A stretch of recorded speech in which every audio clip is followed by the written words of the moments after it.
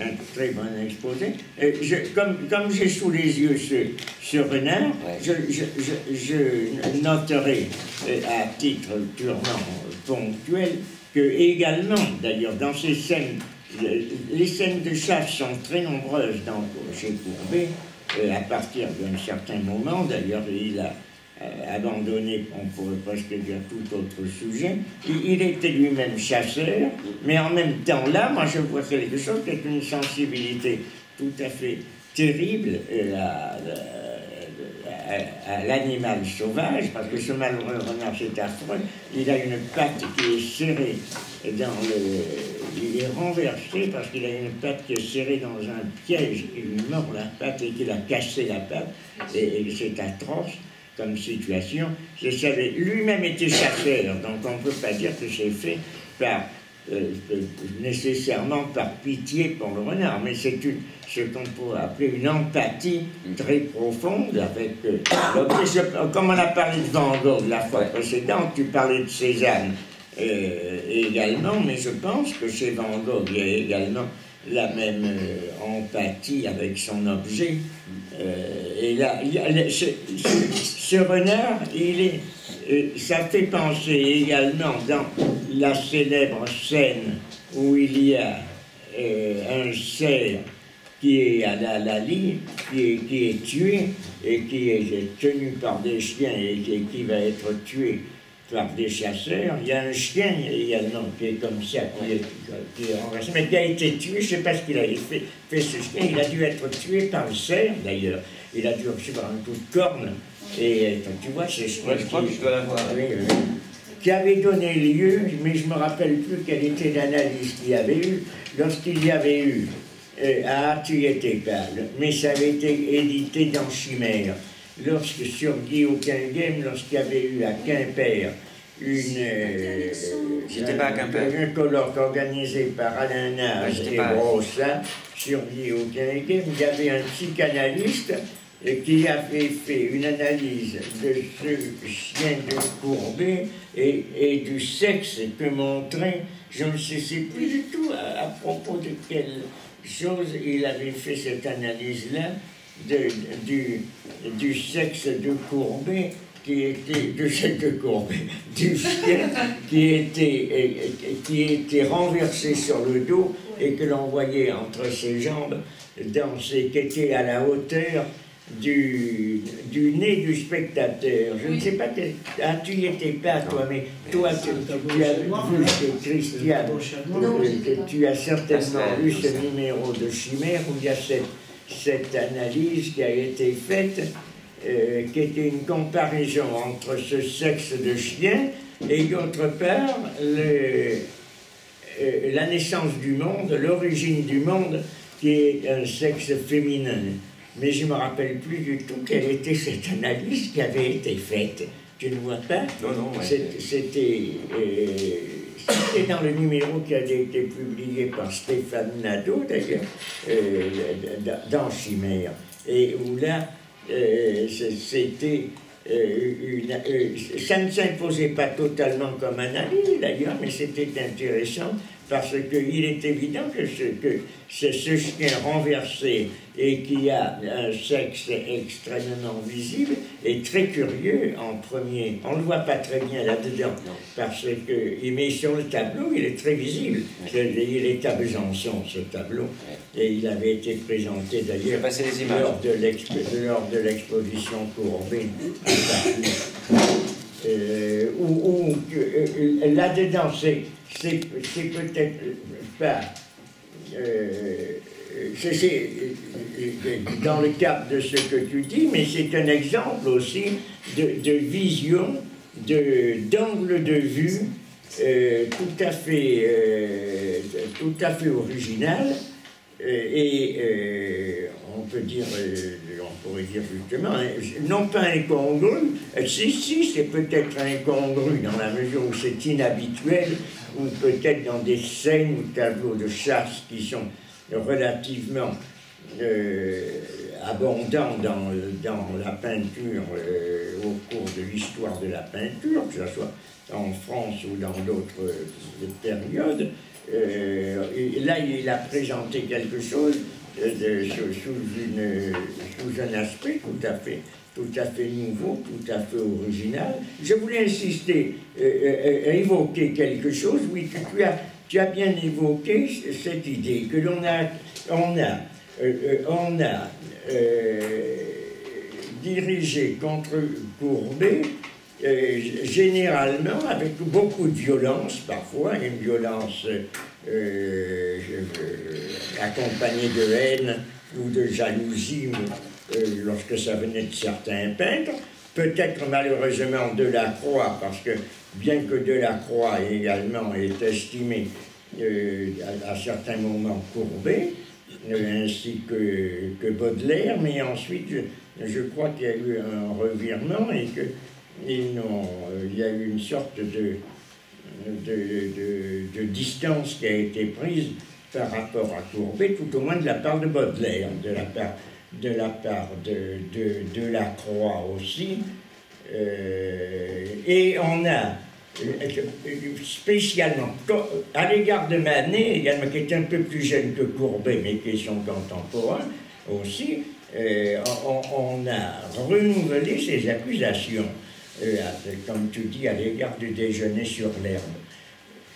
Mais à l'égard de Courbet, ce qui nous frappe, ce qui est curieux, ce qui nous frappe maintenant, quand on regarde Courbet, ce n'est pas tellement ce qu'on a considéré comme étant la laideur et la vulgarité des sujets, c'est plutôt la relation évidente entre Courbet, la Renaissance avec Courbet, ou la reprise en main d'une inspiration qui est très, très nettement celle de Velázquez, celle de Murillo, celle de Rubens, certains aspects de Rembrandt ou de Franz Hals. Donc c'est ça, c'est cette reviviscence d'une peinture très, très à la fois baroque et réaliste, très forte, parce que le réalisme de Courbet aussi est, comme tu le dis, un concept tout à fait relatif. On serait plutôt à l'heure actuelle tenté d'insérer les compositions de Courbet dans cette tradition, que ce soit une tradition de la peinture espagnole et hollandaise du XVIe siècle, ou XVIIe, ou bien dans un certain style baroque que l'on trouverait beaucoup d'ailleurs dans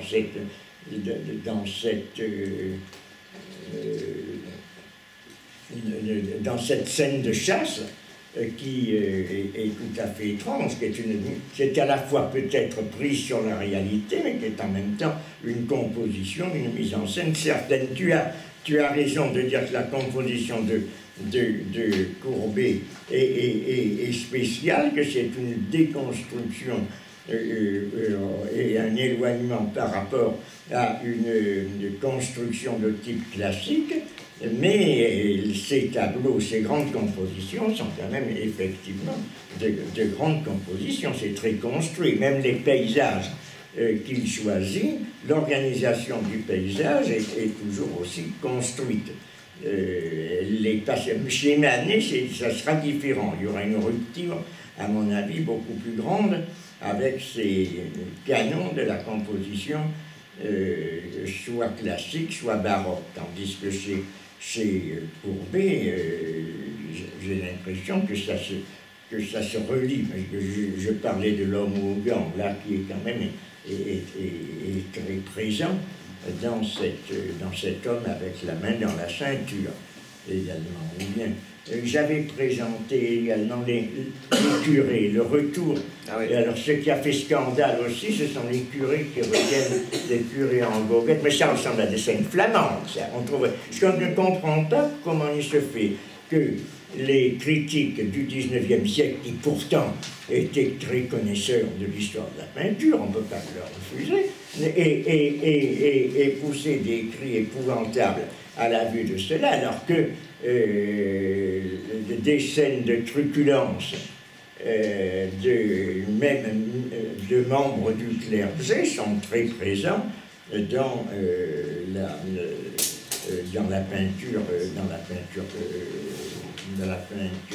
hollandaise ou flamande, ou chez Velázquez, ou chez Murillo, on voit beaucoup.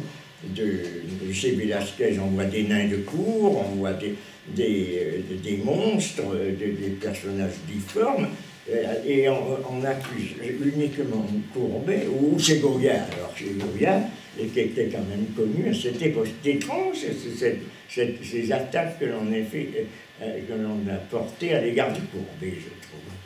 Et qu'il n'y ait eu à l'époque, personne n'a songé à le soutenir de ce côté-là, ni lui-même, mais enfin il ne se jugeait pas particulièrement lui-même du point de vue de l'histoire de la peinture, bien qu'il fût assez connaisseur, je crois, mais je crois qu'il possédait également des collections qui étaient des faux, un peu comme Balzac, qui avait cru acheter des Rubens, des Franz Hals, des Italiens, et tout était des faux. Donc il ne s'y connaissait pas d'une façon absolument parfaite dans les collections qu'il avait réunies lui-même. Mais là, il y a quelque chose d'un peu bizarre. Moi, j'ai l'impression qu'on a eu que c'est cette opposition à un certain académisme, parce que ça avait été à l'égard de Delacroix également auparavant, mais comme Delacroix a quand même joué sur la grande peinture d'histoire, bien qu'il ait fait également des œuvres qui n'avaient aucun rapport avec la grande peinture d'histoire. Mais il a résisté, il a triomphé de ces accusations. C'est, comme tu le dis, d'ailleurs, c'est bien les positions plébéiennes, républicaines, oppositionnelles en politique de Courbet, qui ont fait il a, en France du moins, à l'étranger, c'est pas pareil, puisqu'il avait beaucoup plus de succès, d'après ce qu'il dit lui-même, en Suisse, en Autriche, en Angleterre, aux États-Unis, qu'il n'a eu en France. Mais en France, il faudra attendre très longtemps avant qu'il soit véritablement reconnu, j'ai l'impression. Il a connu pendant une période un grand succès. Oui. Il était très heureux de gagner, en rejoignant sa correspondance, de gagner beaucoup d'argent. Manet aussi a été inspiré par la peinture espagnole. Oui. Et après, il a connu un peu moins de succès, notamment après la Commune de Paris, ça c'est sûr. Il a tué. Mais ça, on a monté une véritable cabale destructive contre lui.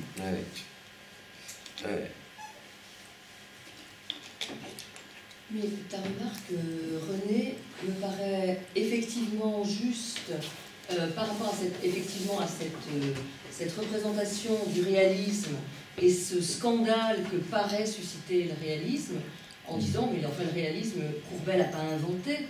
Mais en revanche, je pense qu'il y a deux points. Il y a d'une part le profond mouvement réactionnaire du 19e siècle, quand même. Le 19e siècle français, c'est vraiment le siècle de la réaction, le siècle de la réémergence des pouvoirs religieux, le siècle de la restauration. Et il y a un mouvement réactionnaire très profond qui feint d'ignorer toute cette tradition antérieure pour s'incarner dans une tradition pseudo-idéaliste issue de tout ce mouvement bourgeois. Ça, c'est quand même très présent, et du coup, il y a un déni, il y a un véritable révisionnisme esthétique du 19e siècle. Et Courbet s'inscrit en faux contre ce révisionnisme esthétique. Et du coup, évidemment, sa peinture est combattue pour cette raison, qui est une vraie raison politique. Mais j'ai l'impression qu'en même temps, et je trouve les images que tu nous as données à voir le montrent très bien, Courbet a aussi été formé à la peinture romantique. Il a été formé à l'idéalisme romantique. Et je trouve que ça se voit dans ses autoportraits. L'homme à la ceinture, c'est un portrait romantique. Le jeune homme blessé, c'est un portrait romantique. Et cette émergence du romantisme va de pair avec une fascination pour Léonard de Vinci, pour la peinture du XVIe siècle, et pour la peinture, y compris religieuse, du XVIe siècle. Et pour moi, Courbet est en tension entre ces deux postulations, ce que tu as très bien montré comme sa postulation plébéienne, sa volonté effectivement de réinscrire, pas d'inscrire, mais de réinscrire le réalisme dans la peinture, dans les sujets de la peinture, et puis d'autre part, cette formation romantique dont il est imprégné, et qui fait dire à Delacroix, lorsqu'il voit les sujets de Courbet, mais on ne voit pas de quoi il veut parler, alors que Delacroix lui-même a été en conflit aussi avec ces systèmes-là. Mais il y a un double jeu chez Delacroix d'instauration de la bourgeoisie romantique dans le mouvement du romantisme révolutionnaire. Donc du coup, il y a une véritable dualité chez Delacroix. Et chez Courbet, en revanche, il y a une inscription dans le réalisme beaucoup plus forte que chez Delacroix, mais je crois d'autant plus forte qu'elle est aussi contemporaine de l'émergence de la photographie. Et il y a un conflit dans l'esthétique réaliste entre la volonté de faire peinture et la tension par rapport au réalisme photographique. Cette tension, je trouve qu'elle est aussi présentée par Baudelaire. Baudelaire, effectivement, récuse le réalisme photographique. Et d'une certaine manière, Courbet le récuse aussi.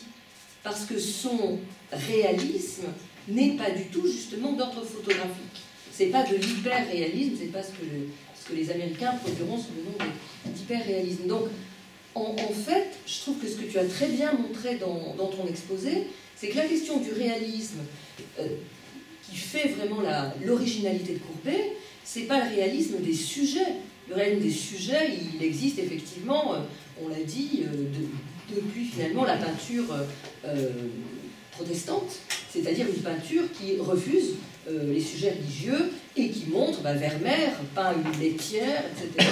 Enfin, Courbet est très loin d'être le premier. Donc c'est pas la question du sujet, mais je trouve que tu l'as très bien dit, c'est la question de la posture. La question d'un regard, d'une sorte de déplacement du regard entre le spectateur et l'objet, et tu as décrit ça comme une forme de désordre.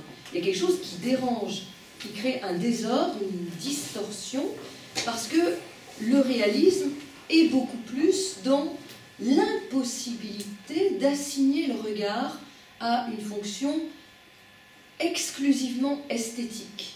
Et il y a toujours un jeu entre le regard esthétique et l'immédiateté du regard. Et du coup aussi dans la manière dont se pose le sujet. Par exemple, dans ces deux baigneuses dont Delacroix dit « mais on ne sait pas ce qu'elles foutent et on ne sait pas ce qu'elles veulent », normalement, que doit vouloir une baigneuse dans le sujet de la peinture? Elle doit vouloir juste aguicher le voyeur. C'est tout ce qu'elle a à faire. Pourquoi elle se trimballe à poil au milieu d'une peinture face à des gens qui sont tous là, la langue pendante autour? Donc, il s'agit bien de ça. Or, ce qui caractérise ces deux baigneuses de Courbet, c'est qu'elles n'ont absolument pas du tout l'air de ça. Il y en a une qui a un bas qui est vaguement tombé sur la cheville. Enfin, elles n'ont rien d'aguichant. Il y en a une autre qui est pleine de cellulite. Enfin bon, c'est pas ultra excitant. Et il y a quelque chose qui n'est pas justement dans la volonté d'aguicher, qui n'est pas dans la volonté d'attirer le regard. Donc, il me semble que là, il y a une forme justement de déplacement, effectivement, de la position regardeur, regardé et objet du regard, qui inscrit vraiment, je trouve, dans la manière dont tu l'as présenté, les mauvaises manières de Courbet. C'est-à-dire effectivement cette distorsion, cette impossibilité d'assigner le spectateur strictement, justement, à son regard de voyeur. Et là, je trouve que il me semble que tu as levé un lièvre, en tout cas par rapport à ça. Et du coup, ça m'évoquait l'exposition qu'a fait Harald Zeman à la Kunsthalle de Berne, et qui s'intitulait « Quand les attitudes deviennent formes », et qui a été reprise, d'ailleurs cette année, sous forme de copie, à la Biennale de Venise. Donc, effectivement, quand les attitudes deviennent formes, il me semble que Courbet serait un peu l'antécédent de ce dispositif esthétique tel que Zeman va le pratiquer. Oui, merci infiniment. La question du lien à la photographie est effectivement une question importante, complexe. Tu fais bien de la poser. Je ne vais pas greffer là-dessus, mais je donnais la part, mais ton intervention est très intéressante de l'avoir fait remarquer. Je te donne la parole, là, si tu avais quelque chose à dire. Bah oui, je ne sais pas si d'autres... oui. Je peux intervenir dans un sens qui peut suivre l'intervention de René, également de Viviane. Christiane, parce qu'on n'essaie pas de l'intervenir, je crois. Oui. Oui, j'ai beaucoup de choses à dire. C'est un exposé effectivement assez riche, en partant notamment du quotidien, cette dimension du réalisme des objets du quotidien, mais avec une sorte de dialectique, selon moi, entre un art d'image et un art de forme, parce que au fond, tous ces peintres-là, on n'a peut-être pas une intention subversive ou même de dégalage particulier, on ne pense pas assez au côté bête comme un peintre, qui est un sobriquet du Champien bien connu, et ce côté bête mais bestial aussi, parce que pour Regina peut-être, suppose que lorsqu'on travaille par exemple sur une couleur ou sur une matière, il y a une insistance telle que l'image s'en trouve parfois décalée. Il n'est pas sûr que les impressionnistes aient voulu reproduire la couleur du canard, comme la plupart des spectateurs vont le voir à un moment donné dans la représentation des impressionnistes, parce que la couleur est un peu forte, on n'avait pas vu ça, et du coup ça devient quelque chose d'extraordinairement dérangeant au niveau de l'image. La peinture est vraiment en cause dans cette affaire-là, et ton commentaire est assez juste à mon sens si on reste dans une problématique de l'image, d'où ta possibilité d'ailleurs de partir de la question des objets, du déchet en fin de compte, et peut-être du n'importe quoi, de n'importe qui, près du Champien, avoir une filiation tout à fait particulière entre un peintre pur, quand même, connu pour tel, et puis un artiste qui va renoncer à la peinture, la remettre en cause. Ce n'est possible, ça. Il y a effectivement quelqu'un d'autre comme Éric Aliès qui a pu le faire, entre associant Matisse et Duchamp. Ça suppose qu'on évacue complètement le problème des formes chez Matisse, et qu'on s'inspire plutôt d'une logique des forces, et puis surtout qu'on est dans le monde de la représentation des objets ou des déchets, et qu'ainsi on puisse créer une filiation qui me paraît quand même assez littéraire. C'est-à-dire que tes exemples littéraires d'ailleurs au début que tu as utilisés, qui fait donc de Courbet quelqu'un qui exprimerait une maladresse en général aussi bien dans l'écriture que dans la peinture, et le thème de la maladresse va être surenchéri dans la modernité jusqu'à Artaud. Même Derrida jouera sur la vraie fausse maladresse, on ne sait pas. Alors là, il faut quand même le dire aussi, il y a des peintres plus ou moins doués, effectivement, spontanément. Courbet n'est pas de gars, donc Courbet est un peu poussif, Manet aussi. Monet est beaucoup plus à l'aise, beaucoup plus. Donc c'est des gens qui effectivement n'avaient pas une formation académique bête, pour le coup, n'étaient pas aussi à l'aise dans la mise en place classique, qui n'était pas toujours une belle mise en place, la mise en place classique. Mais cette mise en place, elle est tout à fait classique, y compris dans la recherche la plus plastique chez Courbet. Quand tu disais qu'elle était décentrée, ces compositions, là, je ne sais pas, il faut regarder les peintures une à une, mais elles ne me paraissent jamais décentrées, mais au contraire incroyablement centrées. C'est le commentaire de Fermigier, oui, qui à propos, je crois qu'il pointait ou il indexait dans certains tableaux, enfin de fleurs, une espèce de dynamique, voilà. Qui était, elle, décentrée. C'est ça qui induisait dans le mouvement, voilà, une sorte, bon, c'est pré-impressionniste un petit peu, mais il y a un côté, il y a une espèce de puissance anarchique, et c'est ça qu'il essayait de pointer. Parce que, voilà. Et oui, au moins strictement visuel, la décentration de la composition, c'est assez tardif. Il y a des gens comme effectivement Degas, qui préfigure le cadrage comme ça, qui coupe la figure, justement. Mais ça n'a pas été une préoccupation de ces peintres qui ont respecté d'ailleurs ce qui m'apparaît une hiérarchie des genres un peu plus éternelle que celle qui a été dévoyée dans l'Académie, parce que ces hiérarchies des genres elle est toute bête, c'est pas celle de l'Académie, mais si on pense en termes de fonction plastique, enfin de registre formel, on a quelque chose qui relève effectivement dans le monde des formes, par exemple. Il est vrai qu'une figure représente davantage de complexité formelle, donc sera privilégiée comme un genre plus complexe plastiquement. Ça ne veut pas dire qu'il faut le placer automatiquement dessus de nature morte. La nature morte est poussée à l'extrême, à partir du même registre de la forme centrée.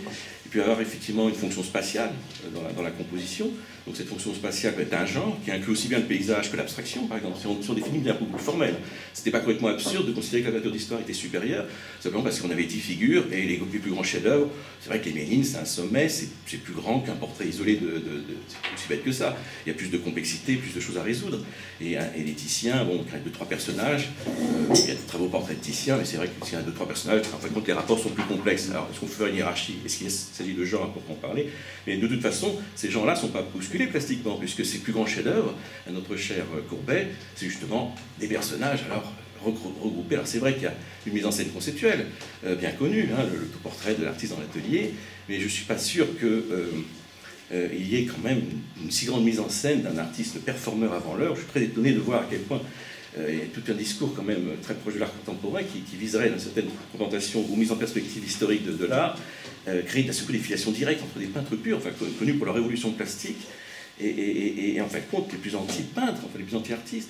L'art d'attitude, effectivement, qui semblerait surgir ici, me paraît quand même très très loin, et de toute façon très discutable chez Michael Freud, qui est à la fois critique, je me souviens bien de ses théories sur le théâtre, la théâtralité dans la représentation.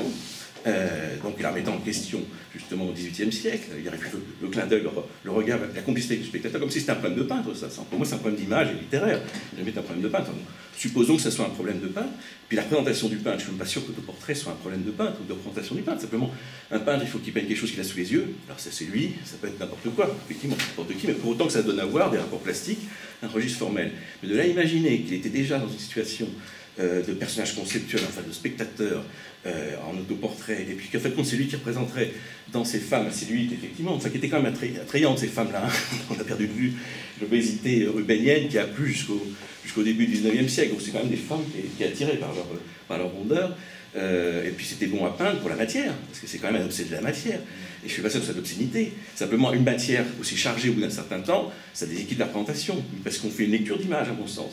Une lecture plus littéraire, plus poétique. Il y a toujours un effet dans le système de représentation de la charge technique imposée par le peintre dans sa recherche purement plastique sur le regard de tous les spectateurs, quels qu'ils soient, pour autant qu'on ne perçoit pas non plus le défi pictural dans des comparaisons de registres très, très connus. Effectivement, il y a les portraits Titien, enfin, il avait en tête tous les registres formels qui l'ont nourri, et toutes les attitudes plastiques, c'est pas l'art d'attitude, c'est des attitudes plastiques, tout à fait évidentes et mises en place à travers les siècles. Et donc on a effectivement des portraits vénitiens. Le portrait vénitien est une référence absolue pour tous ces peintres-là. On a la matière de Rembrandt qui était enfin comprise, la matière de Goya, et qui permettait quoi? Qui permettait, dans la mesure où regardez quand même le clair-obscur, de rendre une forme plus complexe, bien que je ne suis pas certain qu'il soit plus en avance par rapport à Rembrandt, je ne suis pas sûr, mais on a cette logique plus picturale et qui rentre, à mon avis, en opposition avec un monde d'image. C'est comme ça que je perçois les choses. En opposition avec un monde d'image. On peut faire une lecture d'image comme celle que tu as faite. Et voilà. Il y a une préoccupation d'analyse strictement formelle. Le langage de formalisme, que ça soit chez les peintres, que ça soit chez les critiques de peintres, et pose un problème d'apparition dans le cours du XIXe siècle. En fait, ces préoccupations sont apparues progressivement et également ont été marquées par une rupture, mais tout à fait à la fin du siècle et au début du XXe, quand ce problème du traitement formaliste s'est posé. Il commence peut-être à se poser avec Manet ou Cézanne, très certainement, mais pas en étant formalisé, si l'on peut dire, ou théorisé d'une façon complexe. C'est à travers les critiques germaniques surtout, ou en Angleterre Ruskin, que l'on voit les analyses proprement esthétiques changer d'orientation par rapport à celle qu'elles avaient été jusque-là, et en particulier celles qui sont caractérisées par les analyses de Baudelaire, par exemple, ou qui ont donné, ou celles de Delacroix, qui ont donné un petit peu le type des modes de discussion. Mais ces problèmes de formalisme en peinture, d'analyse qui portaient très strictement sur ces problèmes de forme, de figure, de stylisation, d'abstraction, d'espace pictural, tout cela, à mon avis, échappe complètement au langage de Courbet, comme on le voit un petit peu dans un texte très curieux de Proudhon, qui est contemporain de Courbet, qui est mort avant lui, il est mort en 1865, après entretien avec Courbet et en s'aidant de l'analyse de tableaux de Courbet et de description, c'est-à-dire de tableaux de Courbet, et de lettres de Courbet, il a écrit un texte qui est posthume, qui a paru après sa mort, et qui s'appelle du principe du principe de l'art et de sa destination sociale, qui est intéressant tout en étant très ambigu et très contestable sur certains plans, parce qu'il subordonne l'art. C'est une sorte de mélange entre une analyse qui est assez proche d'ailleurs de celle même que l'on pourrait faire, que l'on pourrait retenir à l'heure actuelle, mais en même temps très inspirée de loin d'analyses de type hegelienne qu'il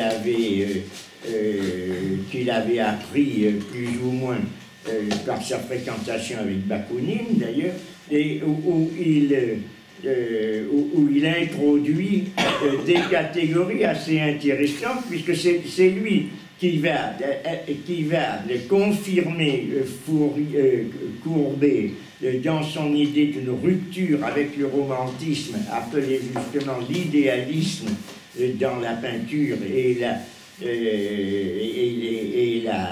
la transformation, le sacrifice de la signification sociale à la signification purement formaliste, et de sorte que le réalisme pour Proudhon, dans une intention qui est peut-être adoptée d'ailleurs par Courbet à cette époque, se mêle également de l'idée d'une préoccupation sociale et de préoccupation d'ordre à la fois socialiste et politique dans la signification de l'art. Donc c'est intéressant de voir la manière dont Proudhon a traité le problème, bien qu'il y introduit des considérations morales complètement hors de propos, qui donnent à ses analyses une signification effectivement inacceptable, mais j'en parlais uniquement parce que il introduit ce langage de la forme. Il dit est-ce que l'art doit être jugé uniquement par rapport à la forme, et la solution, la réponse qu'il donne est négative. L'art est subordonné à l'action sociale, à ses fins politiques et sociales, à son expression de la réalité, etc. De sorte qu'il y a une condamnation, à la fois de ce qu'il appelle l'idéalisme romantique et à la fois le formalisme esthétique pur, qui fait que l'esthétique, il n'y a pas d'analyse indépendante de l'esthétique. Et je crois d'ailleurs que cette difficulté à donner une analyse de l'esthétique qui soit autonome, à concevoir une analyse autonome de l'art, est quelque chose qui se manifestera beaucoup plus tardivement, et encore avec beaucoup de réserve, parce que qu'il y ait un art autonome que l'art se donne ses propres lois et qu'il n'y ait que ces lois qui aient une signification pour l'artiste, est une idée que tu verras apparaître très tardivement, et même encore, est-ce que l'on peut dire que c'est des peintres comme les peintres abstraits, comme les théoriciens de l'art abstrait du Bauhaus, par exemple, on puisse dire que l'art est autonome. C'est une question qui a été posée. Il est toujours subordonné à un certain nombre, à certaines fins qui sont annexes, c'est soit culturelles, soit ce sont des problèmes qui ont intéressé d'ailleurs Adorno en particulier, toute cette école dans la théorie esthétique. Mais je ne veux pas là de reprendre tout le problème, mais c'était uniquement pour ponctuer un peu ce que tu dis, c'est-à-dire il faudrait bien noter que la conception de l'art, je pense à l'époque de Courbet, est prise dans ces problématiques qui ne sont pas du tout claires et qui font que parler d'une autonomie de l'art dans ce cadre est très difficile, ne correspond pas à la réalité, que peut-être d'ailleurs chez Courbet, la notion de réalisme ou de naturalisme qu'il utilise est une manière de défendre l'autonomie de l'art. Et en tout cas, il défend l'autonomie de l'artiste, son indépendance. L'artiste n'obéit à aucune autre loi que son tempérament, qu'il n'a pas à se plier à des canons académiques. Comme tu l'as marqué dès le début, cette indépendance du caractère de Courbet est extrêmement marquée. C'est ce qui est le trait fondamental, même je crois, de sa conception de sa relation avec la nature. C'est dans une parfaite autonomie par rapport à toute école et par rapport à toute contrainte différente. Maintenant, il se relie d'une façon ou d'une autre, et à travers Proudhon, à une autre hétéronomie, c'est-à-dire relativement à l'idée que malgré tout, il y a quelque chose à travers cela que l'art va rejoindre dans la mesure où il est subordonné à une signification sociale. Mais c'est beaucoup plus net chez Proudhon que chez Courbet. Je ne pense pas que Courbet ait adopté ni élu, peut-être, bien qu'il admirait beaucoup Proudhon en tant que penseur, en tant que théoricien, ni ait adopté la pensée de Proudhon sur ce plan-là, qui est inacceptable, comme je l'ai dit tout à l'heure, dans son moralisme extrême et dans sa subordination de la fonction de l'art à d'autres fonctions éducatives.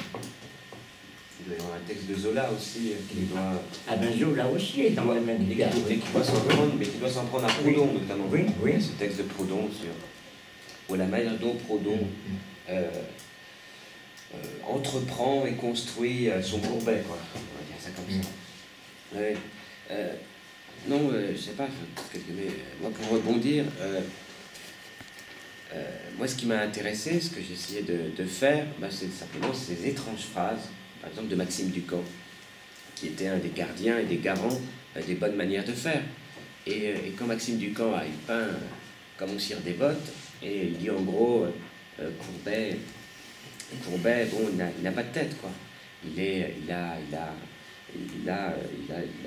un artisan besogneux, mais qui ne sait pas regarder, etc. Bon, moi, ce qui m'intéressait, c'était toutes ces formules-là. Ce que j'essayais de dégager, de tracer comme ligne, c'était précisément ce qu'on pouvait construire comme d'abord un seul caractère, une forme de rétivité, la manière dont il va réussir à s'inventer des langages, des manières. Il y avait ça qui importait pour moi, mais aussi de faire un peu l'histoire de cette visibilité qui s'est construite et qui s'est constituée, quoi. Et du malentendu autour de ce qu'on a, ces jeux autour du réalisme.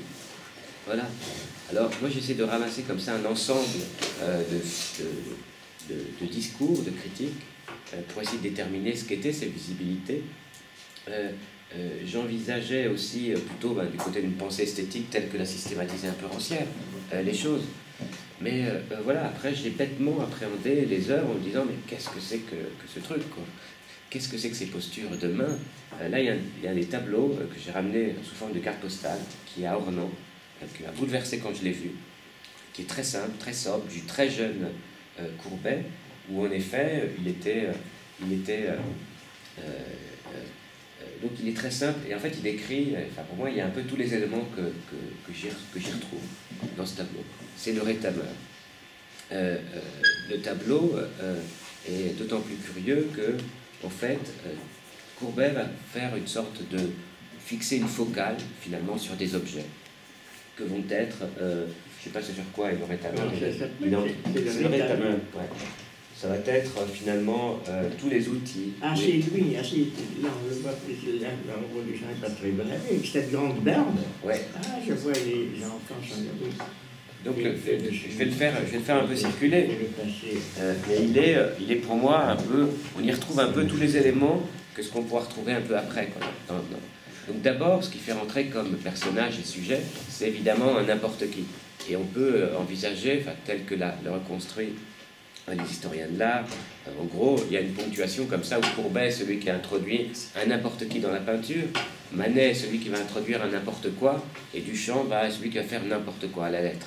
Donc voilà un peu comment se reconstruisent des gens comme Thierry de Duve ou la plupart des théoriciens un peu à partir de ces points d'ancrage. Moi, je le prends, là, Courbet, de manière très symptomale, comme celui qui, en effet, introduit un peu n'importe qui, et n'importe qui, c'est un rétameur, c'est des jeunes filles, etc. Et après, dans sa composition, ce qu'on constate, c'est que, d'abord, le fond, il ne va pas exactement le terminer. Ça va pas trop... alors, ça peut être des accidents, etc., mais ça se répète dans toute son œuvre. Il y aura une forme d'incomplétude de l'arrière-fond du paysage. Et que la focale va être fixée sur l'outil du rétameur, ces objets. Donc c'est ce qu'on peut appeler aussi ici un second type de décentrement. Décentrement autour des sujets qui sont convoqués, en l'occurrence des pauvres, mais qui sont convoqués selon une autre manière. Des pauvres, en effet, on en a partout dans l'histoire de la peinture. Simplement, c'est la manière de les voir qui va être différente.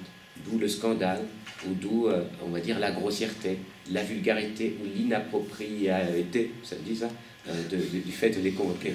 Voilà. Enfin, en tout cas, c'est inapproprié de le faire de cette manière-là. Le second type de dérangement, c'est sur quoi il met la focale.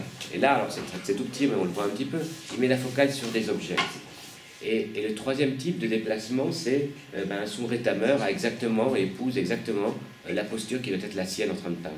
Et c'est le troisième type voilà. Alors dans ce tableau de jeunesse, où il s'apprenait à peindre, je crois qu'on trouve un peu ces éléments, et en même temps, la puissance, la singularité, ce que là où Delacroix dit « Ah, c'est un inconnu », en effet, il vient avec une manière incroyable, et c'est ces trois points de déstabilisation qu'il construit, et qui mettent à mal notre position et notre perception des choses. Moi, c'est vraiment ça que j'ai essayé Enfin, c'est ce pourquoi il m'intéresse. Et je dois préciser que je suis assez nul après voilà, que je suis pas un historien de l'art, etc. quoi. Mais par contre, là, je trouve une figure qui est solidaire, solidaire de ce que Foucault va appeler une part de la plaine. Solidaire aussi de ce qu'est un point de vue décentré ou hétérogène. C'est-à-dire un endroit où justement on occupe une position qui est un peu incommode et une perception qui est aussi un peu incommode. Voilà un peu moi ce qui m'intéressait chez Courbet, c'est-à-dire un mal en place, une crise de perception, de position, qui veut être thématisée en effet chez Fried comme le drame de la place du spectateur, ou son combat, sa guerre contre une anti-théâtralité à laquelle moi, je ne vois pas beaucoup d'intérêt. L'intérêt, c'est qu'en effet, on ne sait pas exactement comment se placer, et cette ligne-là, on la trouve chez Courbet et aussi chez Manet. C'est ce que Foucault, en l'occurrence, va construire comme discours dans l'œuvre de Manet. C'est que chez Manet aussi, on ne sait pas exactement où se placer, comment se placer pour appréhender ce tableau. voilà, cette ligne-là, moi, qui m'intéresse, et ben voilà, après moi, dans ma démarche, et que j'ai essayé comme ça de remettre en scène ici. Ou alors, cette sauvagerie, c'est aussi une sorte d'un peu d'autoportrait, sans doute, hein. Un animal piégé, voilà un peu comment il se sentait ou se ressentait. Ça, c'est un truc de l'allégorie. Oui, c'est de l'allégorie, sans doute. Mais bon, voilà. Mais bon, je sais pas. Alors, pardon, je suis un peu en fin de rhume, je ne sais pas ce que j'ai dit était très clair. Et là, cette jeune fille, c'était là où tu disais que cette jeune fille à la fois dehors? Non, c'est pas celle-là, c'est la fileuse endormie. Ah oui, c'est ça. Mais pareil, c'est-à-dire qu'elle est, Fried emploie le mot d'absorbement, c'est-à-dire qu'elle est absorbée, comme est absorbée. Parce que là, si elle pose, si elle la fait poser, elle est à la fois éveillée, si elle est endormie, si elle pose pour la jouer. Elle est entre deux. Hein, oui, c'est ça. Elle a l'air un peu endormie, un peu assoupie, en même temps pas tout à fait. Et je crois que c'est une de ses plus jeunes sœurs. Oui. Parce que ses mains aussi, parce qu'on voit bien, elle a ses mains comme ça, elle a bien les mains d'une personne qui fait un sommeil diurne, de fatigue, dans l'après-midi sur un fauteuil. Les gens ont bien des mains parfois comme ça, ils sont... ou des gens tout simplement dans le métro, quand tu vois des gens qui dorment dans le métro, tu vois bien qu'ils ont des mains qui sont comme ça, dont on ne sait pas s'ils sont des gens qui dorment complètement ou non. Donc c'est le demi-sommeil, c'est à la fois un sommeil mais vigilant, où l'on attend, ils savent qu'ils se réveilleront quand on annoncera la station. Franchement, il faut qu'on se dispute. Je sais pas. À mon avis, là, ce n'est pas, on peut pas chercher la petite bête et midi à 14h. Les mains, c'est un morceau de peinture quand même. Les mains, c'est un morceau de peinture. Ouais, pour tous ces gens-là. Les mains, c'est un morceau de peinture. Il y a les mains de Françoise, ils avaient ça en vue. Je veux revenir un peu sur mon dada plus formaliste, effectivement, d'une histoire de la peinture. Je ne suis même pas sûr qu'il existe une peinture à proprement parler réaliste et à proprement parler romantique. Je crois que la peinture romantique n'existe pas. Il y a une imagerie romantique. Et ce qui a obsédé Delacroix, c'est la peinture vénitienne. Il a repris complètement à son compte la peinture vénitienne au Rubens, c'est-à-dire, en fin de compte, des problèmes d'espace atmosphérique, de libération de la touche, d'une matière libérée, de couleurs libérées. Mais toute l'imagerie effectivement orientaliste qui est présente, il n'est pas certain que cette logique-là soit proprement romantique. Enfin, c'est un terme qui me paraît relever la littérature, et de façon qui a été utilisée comme telle. Et la peinture réaliste non plus, si on pense que les registres formels, là aussi, c'est plutôt Rubens, et un Rubens qui, de ce point de vue-là, peut-être gênait ou ne gênait pas, je ne sais pas, c'est toute sa personnalité. Notre grand peintre Courbet, dans la reprise d'une matière riche et d'une composition également très riche en définitive, puisque Rembrandt, lui, ne garde pas le modelé rubénien. Lui, il gardera le modelé rubénien jusqu'au bout. De ce point de vue-là, il est plus que classique, il est presque en retrait par rapport à Rubens, parce que c'est pas aussi enlevé, c'est pas aussi à l'aise, donc il déchiquette pas la forme comme François, ni comme Rembrandt, il reconstruit pas, il restructure pas la forme, mais par contre, la matière et la couleur, qui d'ailleurs est beaucoup plus présente dans les détails, ce qui n'était pas le cas évidemment chez Titien, ce qui n'était pas le cas chez les peintres de la matière libérée, va intéresser quelqu'un comme de Staël. Quand de Staël n'arrivera pas d'éloge sur Courbet, c'est pour en fin de compte vanter une matière, une gamme colorée, des noirs, des gris, des choses comme ça, qui sont là pour le coup libérées et représentées avec une grande insistance. Et la représentation, c'est toujours les rapports plastiques, c'est pas la nature. Quand Cézanne parlait de nature, s'inspirer, et l'imitation lui aussi, c'était l'imitation des rapports plastiques, c'est toujours ça qu'il faut avoir à l'esprit, et non un jeu de représentation sur l'image, sur la pose. Donc je dirais jusque-là, mais puisque je dénonce en fait souvent des partis pris littéraires dans l'approche de la peinture, puisque Rancière a été invoqué, Rancière a une approche très très littéraire en réalité du monde des arts. Il a par exemple, je crois dans le partage du sensible, défini une essence humaine comme spécifiquement littéraire. L'homme est un animal littéraire. Donc là c'est assez extraordinaire. Et il va jusqu'à renvoyer dos à dos, c'est intéressant aussi dans sa lecture des registres d'identification de l'art, dos à dos, donc l'anti-art naissant, qui donnera le surréalisme, le dadaï, etc. Et puis un art pur, un art de forme pure. Il les renvoie dos à dos. Pour lui, ça relève du régime d'identification. Ça lui permet de jouer d'ailleurs sur des ambiguïtés. Il se trouve que lorsqu'il va jusqu'à considérer par exemple que les Goncourt ont inventé l'art abstrait sous prétexte qu'il y a une description sensible, jusqu'à se perdre dans les mots, une très sensible, évidemment très sensible. Enfin, c'est pas des registres formels, c'est pas des rapports plastiques, c'est simplement des détails qui finissent par être représentée dans l'écriture même des auteurs, mais de là à dire que l'art abstrait, en fin de compte, est déjà présente, vraiment, entièrement, la peinture abstraite, entièrement chez Gon. Alors, on a encore un parti pris littéraire qui me paraît affolant, extrême. Et moi, je vois des oppositions, encore une fois, entre les formes d'art, mais surtout les modes d'appréciation qu'il y a derrière. C'est toujours des discours de poètes, d'écrivains, de littéraires. Et ce que nous a fait Costanzo, avec beaucoup de réussite, c'est une lecture très, très littéraire, très littéraire de l'ensemble, à mon sens. Donc, hélas, j'ai trop écouté Rancière. C'est un bon auteur. Hein. Non, ce que je veux dire, c'est que d'abord, je suis très heureux, parce qu'on n'a d'ailleurs pas le même regard, donc c'est super. Et donc, moi, ça me permet d'abord de me remettre en question, de me nourrir un peu autrement, et voilà quoi. Et bon, alors j'ai une approche qui est en effet, enfin je l'ai dit, ma dette à Rancière, et il s'agit pour lui de mettre en scène des visibilités aussi. En l'occurrence, quand quelqu'un va écrire ceci ou cela, ça veut aussi dire qu'il a vu quelque chose, quoi.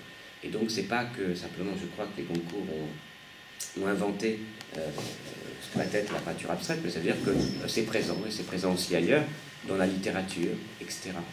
C'est ça que ça veut dire, dans la littérature, mais aussi en musique, et comme mode de pensée. Voilà, la conception de Rancière, c'est qu'il y a quelque chose qui s'est appelé une révolution esthétique, il l'appelle comme un régime, le régime esthétique, lui, et dans lequel d'autres manières de regarder et de faire vont émerger, quoi. Et ces manières sont des pensées. Et ces pensées, on peut les découvrir donc chez des peintres, et donc ça c'est un peu la tradition à partir de laquelle tu t'es inscrit, quoi. Mais aussi chez des écrivains, chez des critiques. Voilà, c'est un partage de cette pensée et des disputes et dans des querelles qu'elle va pouvoir se manifester, dans laquelle lui va aller chercher, les identifier. Donc voilà, moi c'est un peu ce qui m'intéresse chez lui, et c'est à peu près la même chose dans laquelle je m'inscris, quoi. Voilà, en essayant de proposer, moi, après, ici, une figure, je ne sais pas de dire, je construis vraiment Courbet, en ne connaissant pas très bien, en ne connaissant pas très bien non plus en peinture, voilà, je suis impressionné quand j'entends René, parce que je n'ai pas non plus la justesse et sa précision, mais moi ce qui m'intéresse, c'est de produire ici une figure, donc de mots, mais dans laquelle j'identifie ce malaise, et j'essaie d'en reconstruire une espèce je sais pas, par des ricochets qui sont ici un peu lointains, mais chez Foucault, chez Courbet, chez Manet, donc chez un philosophe, mais on peut trouver aussi chez des écrivains, chez Artaud, ce que tu convoquais comme aussi forme de maladresse ou une sorte d'espace qui se dérobe et ainsi de suite. En bref, chez beaucoup de gens, voilà, c'est de tracer des transversales et de définir une sorte de figure de pensée, voilà, qui compte et qui a pour moi aussi et qui procède d'un décentrement et aussi de malaise, quoi. De malaise, c'est-à-dire qu'on ne sait pas comment l'apprendre, et donc du coup on doit être un peu mal à l'aise nous aussi, quoi. Voilà, et qui est donc un point d'ancrage politique important, voilà, qui serait aussi celui d'une pensée plébéienne, quoi. Voilà, c'est ce que j'essaie de dire. Nathalie, il y a peut-être quelque chose. Ouais, t'es gratté. C'était admiratif. Non, c'était très clair et un exposé très clair. Voilà, vraiment, Alexandre. Non, je suis ignare. Je vous écoute. Excuse-moi pour la parole de femme, justement. Que veulent ces femmes? Mais c'est le Key Boy de Freud. Que veulent-elles? C'est bon, en restant en ce moment dans la littérature. Hein. Bien sûr que ça s'intéresse à la peinture. Il faut mieux demander que veut une forme, que veut une bonne. Mais sinon, c'est pas si inintéressant que ça pour le coup. C'est Key Boy. Par exemple. C'est moi qui a tenté une réponse. Oui. Je ne savais pas que tu avais dit de Freud cette histoire de qu'est-ce qu'elles veulent. Et ça me fait penser au film que j'ai vu, j'avais 19 ans, de Colin Serrault, qui est qu'est-ce qu'elles veulent. Et c'est un tas de femmes qui posent la question. C'est Lacan qui a insisté avec Freud, c'est célèbre, le désir de la femme. Mais bon, moi, c'est pour donner un sens, en fin de compte supérieur à des représentations de femmes qui seraient. Mais là encore, je tombe dans une lecture littéraire, ça ne devrait pas aller rentrer en ligne de compte. Pourquoi pas, et qu'est-ce qu'elles veulent, c'est les deux films, deux premiers films. après... Mais je crois que Delacroix dit, je vais vérifier après, mais que veulent ces deux figures? Voilà, c'est plus précis. Ouais. Et sinon, je me posais la question, tout ce qui fait, toute conne, c'est... Elle n'a pas apporté la réponse, quelque part. Parce que j'ai été surpris par la fin du propos. J'ai été surpris par deux choses. La fin du propos, c'est-à-dire le discours de Cézanne.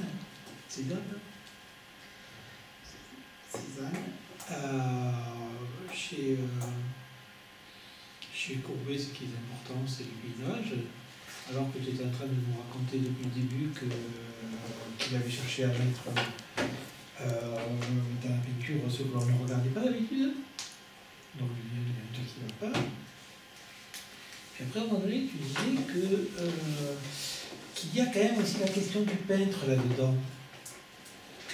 Cette histoire de je suis en train de peindre quand même, je mets, comment je fais moi avec ce que je peins et ce que je suis en train de faire. Et je me posais la question du coup, mais alors si je comprends bien, si je me réfère à cette fin césarienne, l'important c'était pas tant la figure du... on parlait de l'intérieur, extérieur, intérieur, extérieur, dehors, dedans. L'important c'était pas la figure du prolo, mais que c'était cette histoire de mais où je suis moi en train de peindre, je suis dans le tableau, en dehors du tableau, etc. Et que du coup, ça permettait effectivement à Cézanne de... Je me posais la question si tout compte fait, Cézanne n'avait pas raison, que c'était pas... que c'était l'histoire de nature ou quoi. C'était là que se jouait le truc et pas sur ces histoires de voilà. Je suis un peu brouillon. Non, mais, je crois que Cézanne, alors c'est parce que j'ai été très surpris quand même. C'est un Cézanne qui est reconstruit par... pardon. Bon, ça va me revenir après. Où il dit aussi, enfin il dit très exactement, enfin plus ou moins exactement, il dit que si on a fait de Courbet le peintre du peuple, il est aussi celui de la nature, quoi. Il est surtout celui de la nature, voilà ce qu'il dit, quoi. Et je l'ai repris aussi à partir du cinéma de Jean-Marie Straub et de Daniel Huyet, comme une manière pour eux d'imposer une autre perception. Ce qui m'intéressait, c'est comment est-ce que Courbet rapporte de l'obscène, du dehors. De l'obscène, c'est-à-dire que ce n'est pas sur scène, et puis d'obscène aussi, c'est le tableau qu'évoquait René, quoi. C'est l'origine du monde, c'est tout ça, c'est l'obscène dans tous ses sens. L'obscène, c'est aussi des gens qui sont un peu obscènes, quoi, qu'on ne voit pas, ou qu'on ne veut pas voir, ou qu'on voit d'une certaine manière. Et il peut en être de même avec la nature, ou un certain regard sur la nature. Thierry rappelait, en effet, que la nature, c'est... Enfin, la peinture, c'est pas... Chez Cézanne, c'est... Oui. Au Louvre, justement, je sais pas, j'ai pas vu le film, c'est très intéressant, je vais regarder ce film de Straub. C'est vrai que Cézanne... C'est la vérité en peinture qui est évoquée aussi à propos de Noces de Cana, dans lesquelles il faut se baigner. C'est ça la vérité en peinture, c'est la réponse. Un bain de peinture, on s'oublie complètement. On est sensible aux harmoniques, on est sensible aux constructions, évidemment elles ne sont pas données. C'est un sublime de plastique pur, parce qu'au sens kantien, tel que Kant n'a pas défini, mais enfin qui peut se prêter à une lecture comme ça. Et des rapports de ce type-là, lui-même étant obsédé par des rapports de modulation, etc. Donc il le décrit bien dans cette manière-là. Alors, s'il parle de la nature en la décrivant comme aurait pu le faire Flaubert ou je ne sais pas qui, c'est-à-dire en parlant en fin de compte de la nature à travers ses odeurs, ses feuilles, sa température, son humidité, enfin sa texture de sous-bois, etc. Quelque chose qu'on aurait pu dire à propos d'ailleurs d'un vin, ce sont des termes esthétiques très formels lorsqu'on parle de ces choses-là. Je crois qu'en peinture, il faut l'entendre aussi comme ça, parce que là, moi je vois des terres d'ombre, je vois une matière grasse, je vois donc matière grasse qui est formellement définie, c'est pas de la matière grasse aussi, comme on l'avait jamais vu, notre cher Courbet. Et donc c'est pas les femmes grasses, c'est la matière qui est grasse. Il y avait des matières grasses chez comment s'appelle-t-il bien sûr, Rubens, enfin c'était tellement lissé qu'il n'y avait pas cette impression obscène peut-être d'une matière aussi insistante parce qu'elle est quand même très chargée en huile, très chargée en huile, c'est un problème de conservation d'ailleurs par la suite, mais qui effectivement débouchera, l'affiliation c'est plus de Stahl à mon sens bien sûr, avec ces grands empattements, hein, c'est le pain de l'empattement, qui surenchérit peut-être, mais qui continue tout simplement, un registre formel dans la direction d'une matière de plus en plus forte, et d'un registre formel de matière empâtée, tout simplement. C'est un registre formel de matière empâtée qu'il faut décrire comme tel et qui va permettre d'éprouver d'ailleurs beaucoup de choses. C'est-à-dire que le monde de la représentation peut voler en éclats. Encore une fois, la peinture d'image, la peinture de sens ou la peinture de vie est toujours charriée, toujours annoncée par une peinture de format. Ce n'est pas antithétique, mais l'obsession plastique d'un peintre doit toujours être replacé, je crois, dans le contexte de son travail et de son registre pictural, dans sa pratique picturale, et de ce qu'il apporterait à l'histoire des formes, et qui peut être des sources d'inspiration qui étaient très conscientes pour le coup, là. Pas du tout idiote, très érudite sans doute. Il avait vu beaucoup de peintures, donc en voyant beaucoup de peintures, il a affaire à cela quand il peint. Son désir de peindre, c'est moi aussi je suis peintre, hein. Moi je suis le peintre, donc je vais réagir à des choses. Alors il se trouve qu'effectivement, dans une époque où l'image était bridée, où la censure était grande, où l'image n'était pas omniprésente, où la photographie était très timide, où bon, la peintre avait le monopole de la peinture encore, enfin le monopole de la peinture pour l'absus de l'image, et en définitive, tout manquement à une certaine forme de représentation crée un malaise, très certainement. Donc toute recherche formelle sans sujet ou sans prétexte, c'est-à-dire plus du tout un monde biblique, donc plus du tout même, au fond, un monde plus ou moins tragique de guerre et de souffrance et de sorcellerie chez Goya. Dans ce coup, on va représenter des gens du quotidien, mais avec la même matière, avec la même insistance. Là, ça fait effectivement une détonation, mais ça vaut pour Manet aussi. Mais ce n'était pas sans doute le but, encore une fois, ni l'intention. Et ce n'est surtout pas une maladresse non plus. Mais c'est pour moi l'écart véritable et constant entre un monde d'images littéraires, au fond, théâtral aussi, où tous les autres arts peuvent être invoqués, et un monde de formes plastiques. Et la rencontre se fait toujours assez mal, parce que le recouvrement se fait aussi bien dans une description littéraire d'un tableau, où le tableau peut même pas avoir existé. C'est ce que dit Deleuze, d'ailleurs, à un moment donné, à propos de certaines descriptions splendides, dont l'origine picturale n'était même plus nécessaire.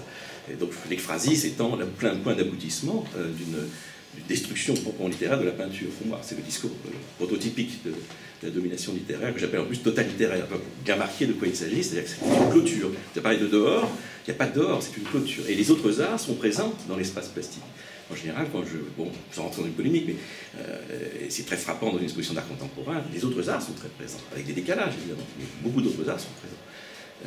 On n'a pas l'équivalent dans d'autres formes d'expression artistique où tous les autres arts seraient convoqués et prendraient quand même un peu la place de l'écriture, ou la place du théâtre, ou la place du cinéma.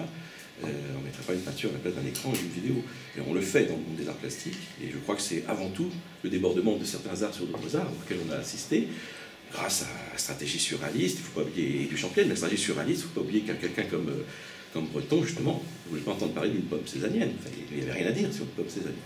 Il n'aimait pas Cézanne. Ça fait jamais perdre de vue cette prise de position radicale dans le monde des images et de la peinture, et il privilégiait bien sûr plutôt Chirico et un art onirique. Voilà, bon, je reviens à mes oppositions strictes, mais je crois qu'il faut tracer quelques lignes aussi d'opposition, parce qu'on a l'impression qu'il n'y a plus tellement d'opposition entre peinture et dadaïsme, peinture et art contemporain, et quand même, des gens comme Matisse ou Picasso, les abstraits, se référaient, ils étaient contemporains pour le coup des dadaïstes, ils se référaient véritablement à ces grands peintres de la modernité du XIXe siècle comme des peintres un peu purs, qui nous en plus nous obligeaient à voir rétroactivement, avec tous les anachronismes possibles, hein, je n'en disconviens pas, de la peinture pure chez les Vénitiens, ce qu'on n'avait jamais eu de cette manière-là, ou de la peinture pure chez Viola Francesca. Voilà. Eh bien, écoutez, là, on est obligé de terminer. Et oui, la prochaine fois, donc, nous avons cette séance qui sera tenue donc, le 5 décembre, je le rappelle, non pas ici, mais dans l'amphi, mais à partir de 3 heures. On s'associera à partir de 3 heures à la séance qui se tient à l'amphi. C'est ça, je ne peux pas mieux dire. L'amphi, oui. Pardon. À partir, notez-le soigneusement, pour bien savoir qu'à partir de 3 heures, et à ce moment-là, selon le programme qui a été désigné, on me demande à moi de faire une intervention sur Lionel Soucage, mais donc je ne ferai pas je n'assurerai pas, si vous voulez, une parole de 3 heures. Je ne ferai cette intervention à 17 5 heures. C'est loin, 7 heures, 5 heures. Vous avez des conceptions, c'est aberrant, c'est ce que vous voulez. Comment voulez-vous que l'on puisse faire ça? Comment voulez-vous que l'on puisse faire ça? Maintenant, parlant. Mais on finit à 18h. On finit à 18h. C'est pareil. Mais dans Parce le... qu'à nous, il est 17h, 18h, Mais du quand coup, on a une vitesse terrible, d'autant plus que ça fait Oui, mais- 1h30 en admettant que René. ça se tienne bien, donc il y a une projection qui s'appelle autoportrait, je ne l'ai jamais vu. Donc Voilà. ça tombe bien. L'intérêt, c'était Et avant, que le séminaire puisse aussi assister aux projections qui ont lieu dans le cadre du collège. Voilà. Je vais programmer ça. Mais est-ce qu'il parle en français? Oui, puis Marshall parle français. Les couleurs de l'or.